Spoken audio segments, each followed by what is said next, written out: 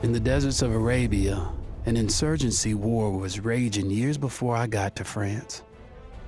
Tribes of Bedouins had united to fight a war that was very different from the one we fought in the trenches. Using small, mobile units, they challenged the might of an empire, and they were rallied around the ideas of a single, influential warrior. Ideas of freedom and change.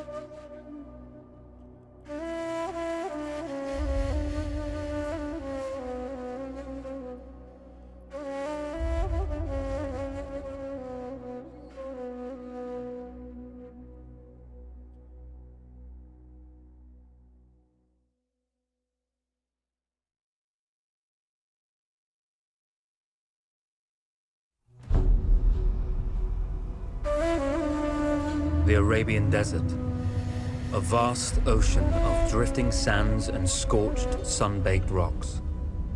Beneath these endless dunes, oil, the lifeblood of our new mechanical century. For more than 400 years, the Ottoman Empire has ruled these lands, controlling all that's to be found here. But the Ottomans do not rule unopposed. Small bands of Bedouin rebels have united to overthrow the empire. They strike without warning and then vanish into the desert.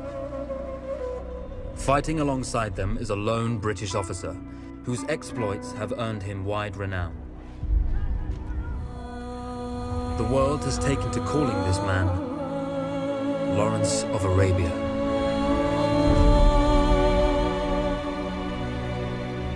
In the desert, you rely on good planning, but you also hope for a dash of luck. And luck was with us when we learned of a recently derailed Ottoman train carrying a most interesting piece of cargo.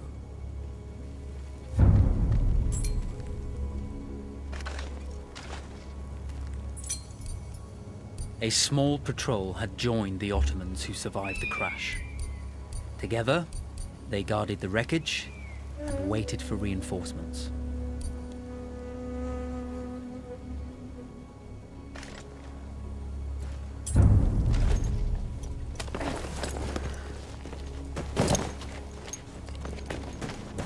A lone fighter has just one advantage over a large enemy force. A lone fighter can move unseen. Cry havoc, let slip the dogs of war.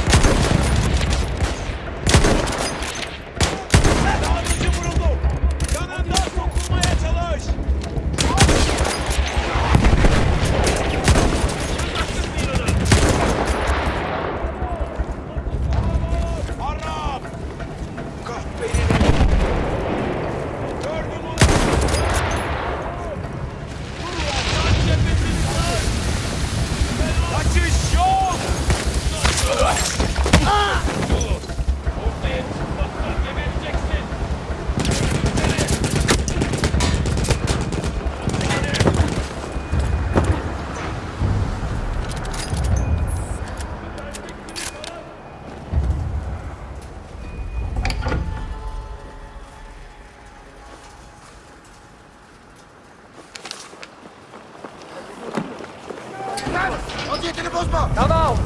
It's over!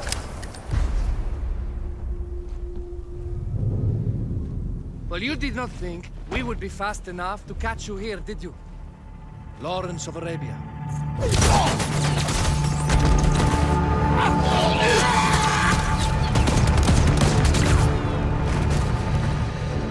Actually, I was rather depending on it. Lawrence. Well, this is very clever. Now the hunter becomes the hunted. So who might you be? How enchanting you are, my dear. Ahmed. I'll show you enchanting. If it weren't for you, I'd be free. Free, is it? You'll be free when you're dead. And I'm happy to tell you, the Empire intends to grant you all this freedom very soon. Even now, an engine of destruction scours this desert, obliterating your allies, your families, your homes. Soon there will be nowhere to run. Nowhere to hide. Soon all that you know, and all that you love, will be ashes. You will all be free to die. Oh. Ah, you animal! Zara.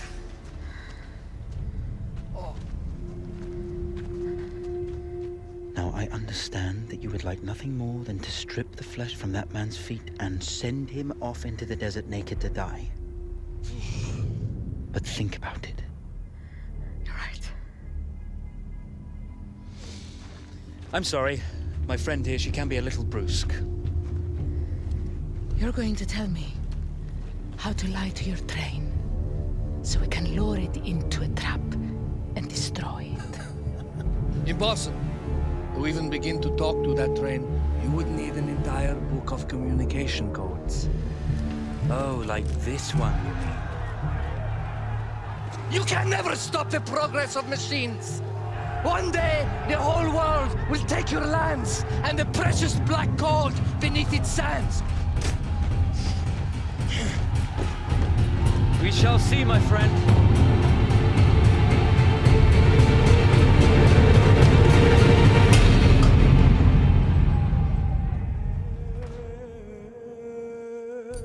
Of course, obtaining the codebook was not enough.